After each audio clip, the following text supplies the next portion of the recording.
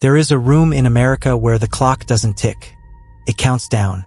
It is a room stripped of mercy, stripped of hope, and stripped of humanity. It smells of rubbing alcohol and fear. You don't walk into this room to negotiate. You don't walk into this room to pray. You walk into this room to die. In May of 2026, the American justice system awakened its most lethal machinery. Within the span of a single blood-stained week, 5 men faced the ultimate consequence of their darkest impulses. 5 men, scattered across different states, strapped to different gurneys, waiting for the same poison to flood their veins. Edward Busby, Raymond Eugene Johnson, Leroy Dean McGill, Richard Knight, and Tony Onny Carruthers. What does it take for society to decide that you no longer deserve to exist? That you are so beyond redemption, so fundamentally broken, that the only solution is to erase you from the face of the earth? These 5 men were not ghosts. They were neighbors, ex-lovers, tenants, citizens. But hidden beneath the surface of their ordinary lives were dark, festering fractures. Ambition twisted into greed. Rejection mutated into an all-consuming rage. The human mind is a fragile ecosystem, and when trust breaks, when pride is shattered, the resulting explosion leaves nothing but ashes. In Texas, a 77-year-old professor was stolen from her life, leaving behind a legacy of brilliance and a mystery wrapped in the mind of a killer who couldn't even comprehend his own actions.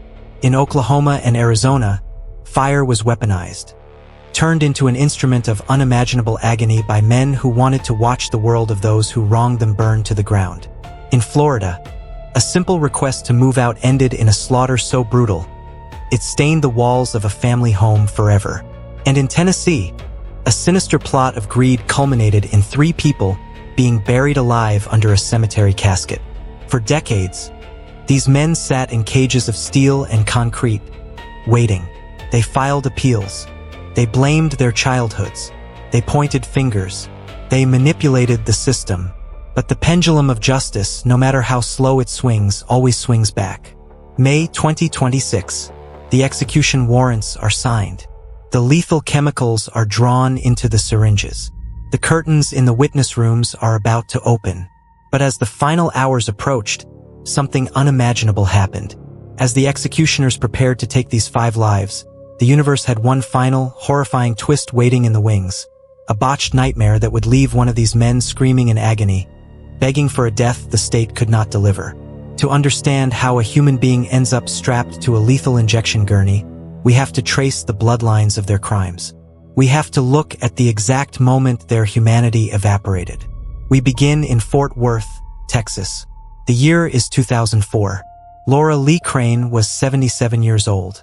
She was a woman who had spent her life educating others, a retired TCU professor beloved by her community.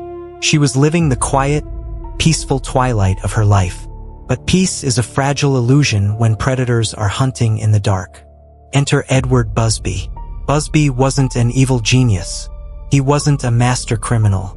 He was something much more common, and perhaps much more dangerous. A desperate man driven by entitlement and greed. He and an accomplice needed money, and Laura Lee Crane was simply in the wrong place at the worst possible time.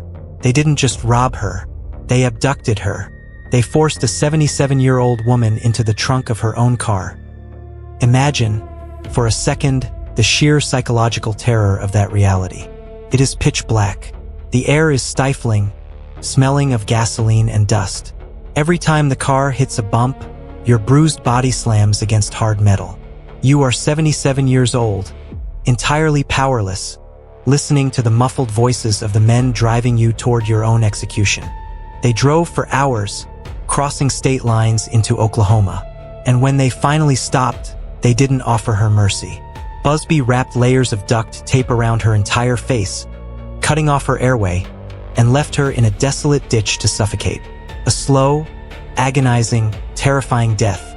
Busby would later claim his mind was fractured, that his IQ was too low to comprehend the magnitude of his actions. But a jury looked at the calculated, cold-blooded disposal of a vulnerable elderly woman and saw exactly what Busby was. A predator who knew precisely how to kill. Texas would remember, and Texas would wait. While Busby operated out of crude desperation, our next killer orchestrated a masterpiece of sheer, unadulterated sadism. Memphis, Tennessee. Tony Onny Carruthers. If Busby was a crime of opportunity, Carruthers was a crime of absolute terrifying power. Carruthers operated in the violent underworld of drug trafficking, a world where reputation is currency and disrespect is paid for in blood. Marcellos Anderson made a fatal mistake. He crossed Tony Carruthers. In the criminal underworld, you don't just kill someone to settle a debt. You make an example out of them. You send a message so loud and so horrifying that no one will ever dare challenge you again. Carruthers didn't just want Marcellos dead. He wanted to destroy his entire world. He kidnapped Marcellos, along with Marcellos' mother, Deloise, and his friend, Frederick. Human psychology tells us that in our final moments, our minds desperately cling to hope. We negotiate, we beg, we look for a sliver of humanity in the eyes of our captors. But looking into the eyes of Tony Carruthers was like looking into a void.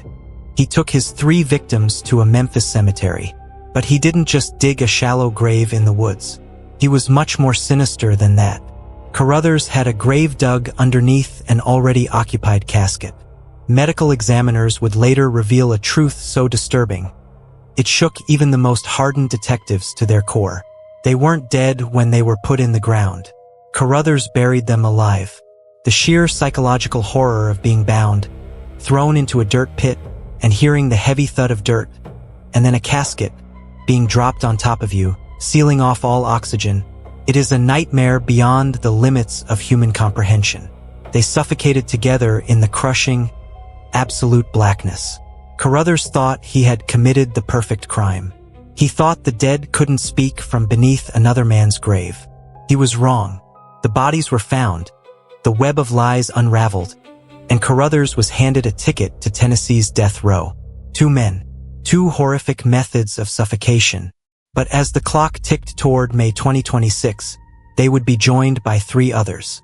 Men who preferred their violence up close, personal, and in the case of Leroy Dean McGill and Eugene Johnson, accompanied by the devastating roar of fire. Fire is not just a weapon. It is a statement. A bullet is quick. A knife is personal. But fire is total annihilation. It is the physical manifestation of an ego so damaged, it demands that the object of its rage be erased from existence entirely. To understand Leroy Dean McGill and Raymond Eugene Johnson, you have to understand the psychology of absolute rejection. Arizona. The desert heat is already suffocating, but inside the mind of Leroy Dean McGill, the temperature was reaching a boiling point. McGill was a man who operated on a toxic concoction of jealousy and control. When his relationship crumbled, his reality shattered. Human psychology dictates that a rational mind processes grief and moves forward. A fractured mind, however, seeks retribution. McGill didn't just want revenge. He wanted to leave a scar on the world. He armed himself with a weapon that requires 0 precision but guarantees maximum agony. Gasoline. When McGill cornered his victims, his ex-girlfriend and her companion, he didn't draw a gun to end it quickly. He drenched them in unleaded fuel. Imagine the horrific realization of that moment. The overwhelming, toxic fumes burning your eyes and throat. The sheer, primal terror as the man you once knew, once trusted, raises a lighter. McGill lit the spark. The ensuing inferno was an act of unfathomable cruelty, designed to maximize physical torment. It wasn't just murder, it was torture. Hundreds of miles away in Oklahoma, Raymond Eugene Johnson utilized the same elemental terror. Johnson brutally murdered Sujata Loganathan, a mother simply living her life, and then set her ablaze to incinerate his sins. Both men looked at the devastating power of fire and saw an ally. They believed the flames would burn away their guilt, destroy the evidence, and leave them as masters of the ashes. But fire always leaves a trace. The ashes spoke, and the law caught up. If McGill and Johnson hid behind the chaos of fire, our final killer operated with chilling, hands-on brutality. Welcome to the Sunshine State, Florida, a place of palm trees, retirement dreams, and, for the Odom family, a slaughterhouse. Richard Knight was a tenant, and like all tenants who refuse to pay or abide by the rules, the time inevitably comes when the owner has to ask them to leave. It is a mundane conflict. It happens thousands of times a day across the world. An eviction notice, a stern conversation. It's time for you to go. But Richard Knight's mind did not process this as a business transaction. He processed it as a lethal threat to his pride and his territory. When the Odom family came to enforce the boundaries of their property, Knight didn't pack his bags. He packed his rage. What unfolded inside that house was a bloodbath. Knight didn't just kill them, he butchered them. It was a frenzied, intimate display of violence. To stab another human being requires a terrifying level of physical exertion and psychological detachment. You have to feel their life slip away. You have to look them in the eyes as you steal their future. Richard Knight did exactly that, turning a simple property dispute into a massacre that stained the floors of that Florida home forever. 5 men, 5 different states, 5 acts of unspeakable evil. They thought they had outsmarted the system. They thought their violence made them gods. But society has a mechanism for men who play God. 4 years, these men sat in 6 by 9 foot cells. They grew older. Their hair turned gray. They ate processed food, read books, and filed endless, desperate appeals. They learned the strict routines of death row. They watched other men walk down the hall, never to return. But then the calendars aligned. A chilling logistical anomaly in the American justice system. May 2026. Within days of one another, the highest courts in Texas, Oklahoma, Arizona, Florida, and Tennessee stamped the final seals of approval. The appeals were exhausted. The clemency boards said no. The governors refused to intervene.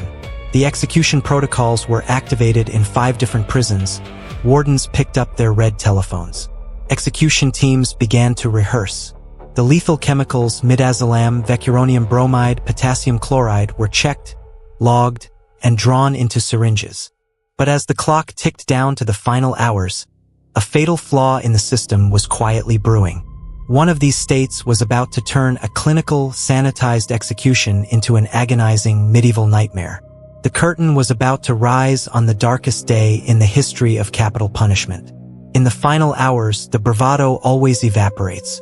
The men who burned houses, who buried the living, who butchered the innocent, when faced with the cold, sterile reality of their own mortality, they are reduced to their most primal state. May 2026. The machinery of death powers on. In Texas, Edward Busby is strapped down, his mind still a labyrinth of contradictions. In Florida, Richard Knight stares at the acoustic ceiling tiles, the memory of his slaughterhouse fading into the stark white lights above him. In Tennessee, Tony Carruthers, a man who once buried 3 people in absolute darkness, now faces a darkness he cannot control. And in Arizona and Oklahoma, Leroy Dean McGill and Raymond Eugene Johnson prepare to feel the one thing they subjected their victims to, an agonizing, inescapable end. The state calls it lethal injection. They use medical terminology to make it sound civilized. Protocols. For lines. Saline flushes. But make no mistake, this is an execution. It is the calculated, systematic termination of a human life. The warden steps forward. The executioner, hidden behind a one-way mirror, rests their hand on the plungers. The first chemical flows. Midazolam. It is meant to render the prisoner unconscious, to put them to sleep before the paralytic stops their lungs and the potassium stops their heart. But the human body is a miraculous, desperate machine.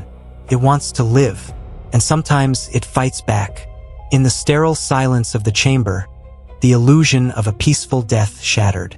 The state offered them closure, but closure is a myth invented by the living to cope with the dead. What they received was merely an ending, a brutal, finalized period at the end of a horrific sentence. The legacy of that week rippled through the justice system. The botched procedure sparked furious debates, lawsuits, and political unrest. It forced society to look in the mirror and ask a terrifying question. If we kill monsters using monstrous methods, what does that make us? There is a room in America where the clock doesn't tick. It counts down. It is a room built on the belief that some sins are too dark to be forgiven, and some minds are too fractured to be fixed. Edward Busby, Raymond Eugene Johnson, Leroy Dean McGill, Richard Knight, Tony Carruthers. 5 men who let their pride, their greed, and their rage consume their humanity. 5 men who inflicted unfathomable nightmares upon the innocent, only to meet their end strapped to a gurney, facing the cold, clinical wrath of the society they betrayed. History will remember their crimes, but the darkness that drove them, that primal human darkness, remains. It sleeps in the shadows. It waits for the next fracture. We lock the monsters away. We put them in the ground. But we can never truly execute the darkness that lives inside the human mind. I leave you with this. When the state straps a killer to a gurney and injects poison into his veins, are we achieving true justice? Or are we simply becoming the very thing we are trying to destroy? Let me know what you think in the comments below. And remember, the monsters are real, and sometimes they look just like us.